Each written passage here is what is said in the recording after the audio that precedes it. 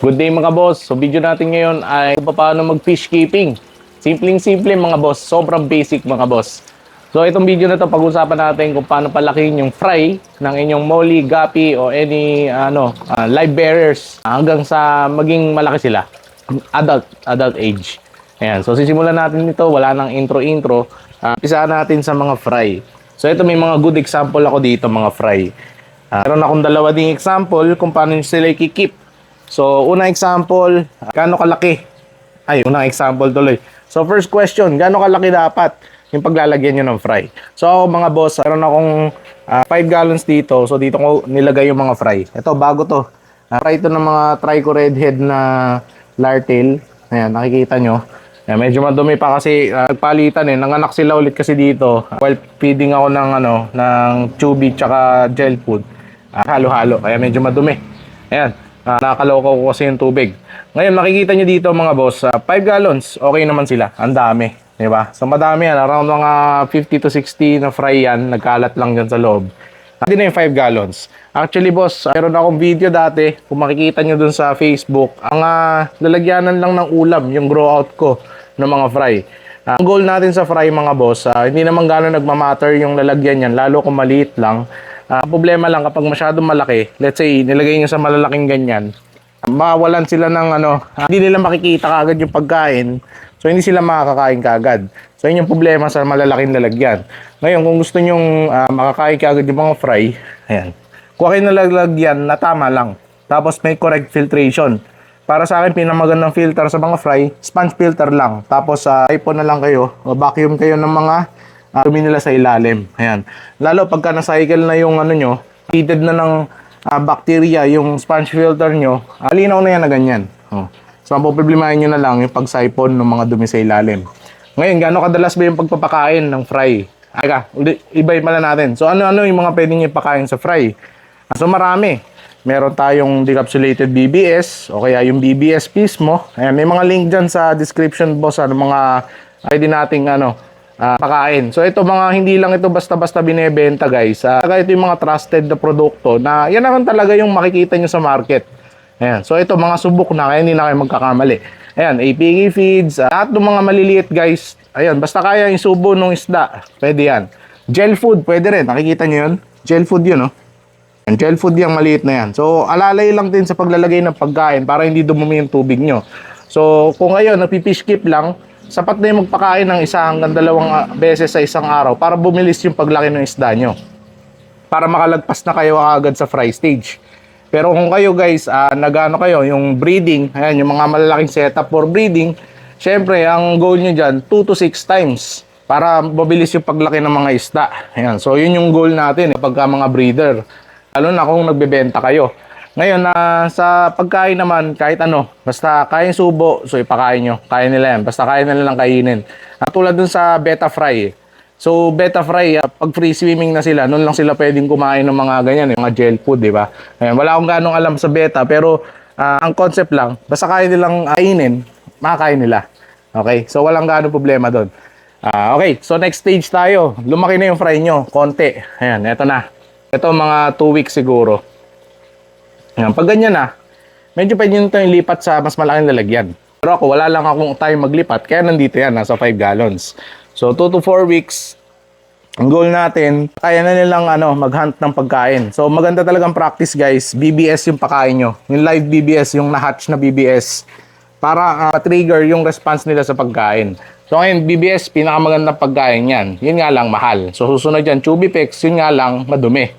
Ayun. And then, susunod, gel food, yung mga decapsulated BBS, mga pellets, ayan, iba-iba yung mga pellets mga boss So kayo nang bahala kung ano yung uubra dun sa style nyo ng breeding. So maraming pagkain dyan kukunti lang naman pinagkaiba niyan, lahat yan foods. For example, yung tatanong, PO1 feeds mga boss. So yung PO1 boss, hindi basta-basta yan. Kasi itong mga boss, ginagamit yan for grow out ng mga malalaking isda. Para sa, for example, yung mga PO1 na size 4, PO1. Yung brand ng PO1, yung mga tate, yung mga ganon, may brand sila na mas malalaki, yung pinapakain sa tilapia at hito. Ang goal nun mga boss, ay lakihin yung mga isda na yon nang mabilis na mabilis. Parang from fry to market. Kaya hindi sila basta-basta lang na pangit yung pagkain na yan. May contents yan to rapidly palaki ng isda. Yun nga lang, siguro talo sila sa kulay, mga ganun. Pero hindi naman kasi yung priority ng mga tilapia, mga hito, yung mga ganun. Ayan. So, goods naman yan. Goods naman yan. So, pwede nyo samahan ng probiotics. Ayan, tulad ng mga ganyan. Ayan, so, bala na kayo. Ako ginagamit ko itong mga PO1 para sa probiotics para madaling makain ng isda. So, yun, kanya-kanyang style yan. So, ayun, ulitin ko lang. Basta kaya kainin ng isda, makakain nila yan. Kakainin nila yan. Okay?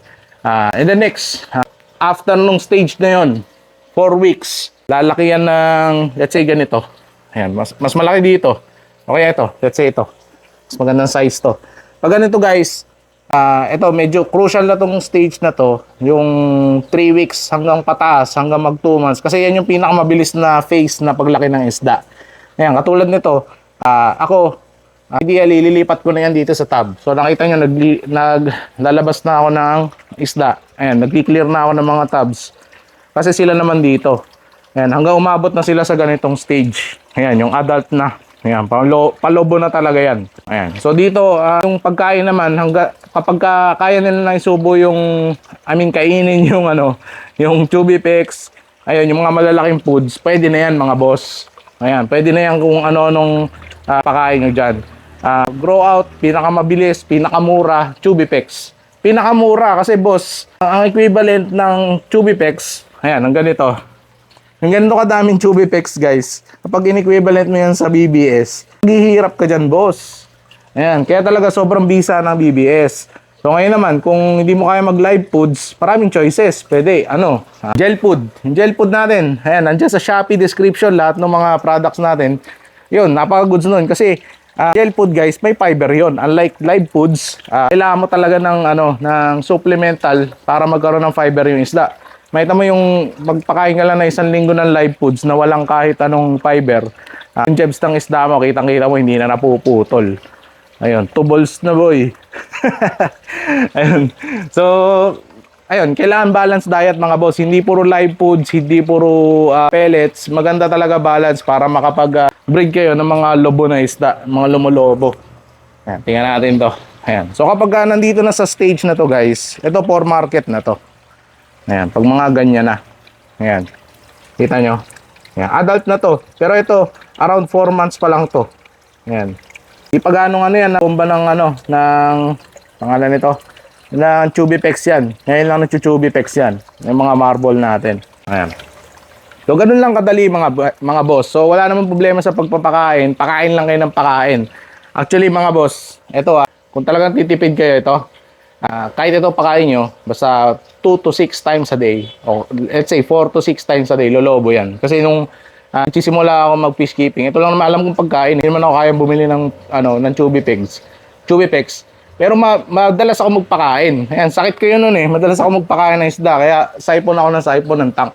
So kayo, wag kayo masyadong kabahan na hindi kayo, ay ano ba yan, papangit yung isda ako kasi, palit na yung camera.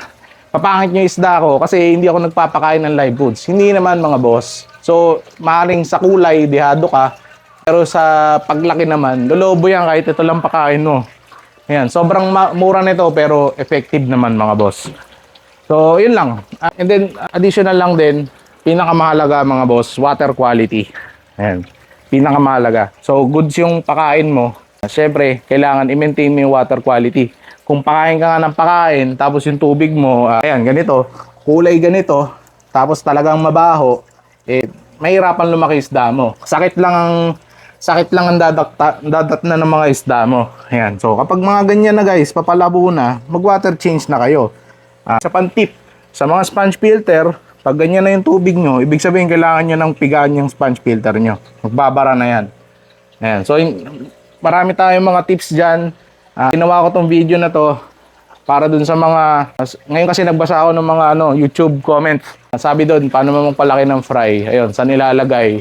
So, ayan, ito na po yung sagot. And marami pa tayong video dyan na mas nag-deep dive kung paano magpalaki ng fry, paano magpalaki ng grow out, kung ano ba dapat yung pagkain nila. So, andyan lang lahat yan sa YouTube channel natin. Huwag kayong mahiyang mag-comment kasi tayo-tayo lang naman yan, mga fish keeper. Magtanong kayo sa comment section and sasagutin natin yan. So, maraming salamat sa panonood. Don't forget to like and subscribe. And, ayun, tanong lang kayo dyan. Huwag kayong mahiya. So, yun lang, mga boss. Maraming salamat.